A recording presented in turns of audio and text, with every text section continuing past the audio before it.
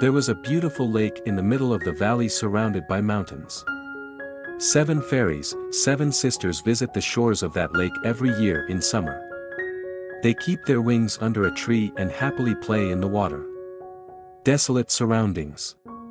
After rejoicing for exactly 7 days, the wings fly away to their own land in the land of fairies.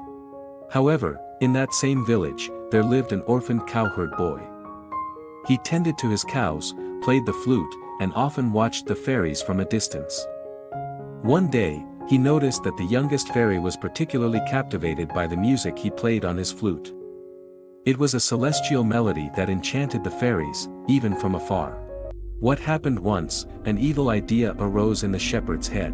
While the fairies were busy bathing, he came quietly to the tree where the fairies' wings were spread. He chose the smallest pair of wings and hid them in the trunk of a large tree. Then slowly moved away from there. Now after 7 days, when it was time for the fairies to go, it was found that their little sister's wings were not there. They did not find them even after searching a lot. A week later, when the time came for the fairies to leave, they couldn't find the youngest fairy's wings, no matter how hard they searched.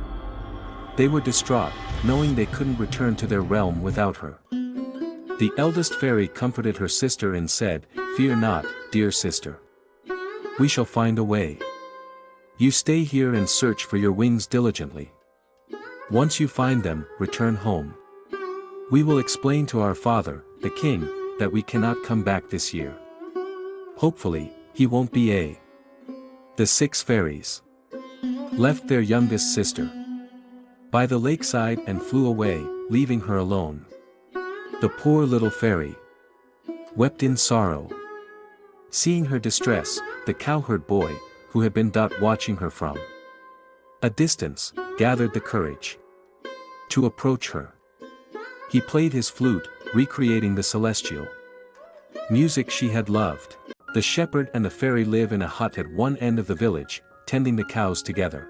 Seeing the shepherd playing the flute and the fairies dancing, the villagers decided that they should get married. The shepherd agreed. What else did the fairy do? He agreed. Then one day they got married in a big festival. The shepherd and the fairy spend their days quite happily. Sometimes Perry's eyes filled with water thinking about the days gone by, thinking about her aunts, how happy they would. Right in the shepherd's eyes, the fairy sisters came down to the shore of the lake one by one. But they did not go down into the water and started searching here and there. The shepherd then went in front of them and introduced himself. They were happy to hear that.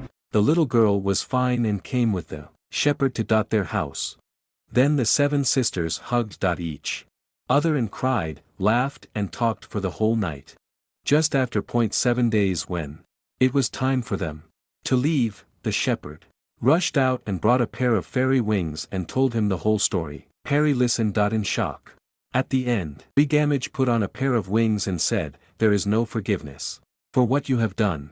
You stay here alone with your son." I went with Didi. Then he really came to the shore of the lake and met Didi and flew with them to their home in heaven. But even in heaven there is no peace. Chotpuri's mind lies in a small hut in the mountain village on the banks of the Saravar, where her son and the shepherd live. Meanwhile, the shepherd was having a very happy day. Since Perry left, the house is messy, he can't feed his son properly, he can't put him to sleep. Even that day, the shepherd was sitting on the shore of the lake. Suddenly it seemed that someone was coming down from the sky. At first, the eagle thought it was going to hide with the baby in its lap, then its eyes and face brightened when it realized, "This is a little fairy." Rockle thought that the fairy must have come to take her son because she couldn't stay. The shepherd slowly walked towards the fairy with his son in his lap. But the little fairy was doing it. She got down to the ground and opened. Then he took the pair of wings and threw them firmly into the fire. "Eki, Eki Cardiu," the shepherd came running, looked at the fairy with a questioning look. "And you can't go back." But the little fairy was doing it. She got down to the ground and opened her wings first. Then he took out a flint from somewhere and lit it on fire. Then he took the pair of wings and threw them firmly into the fire. "Eki, Eki Cardiu," the shepherd came running, looked at the fairy with a questioning look. "And you can't go back." "And I don't want to go," here you are, I have a son, I can't go anywhere without my family and be happy. Chhatri ran and took the child in her arms, they walked calmly on the village road. A pair of fairy wings started to burn behind. In the end, it was the love and compassion between a human and a fairy that brought happiness to both worlds.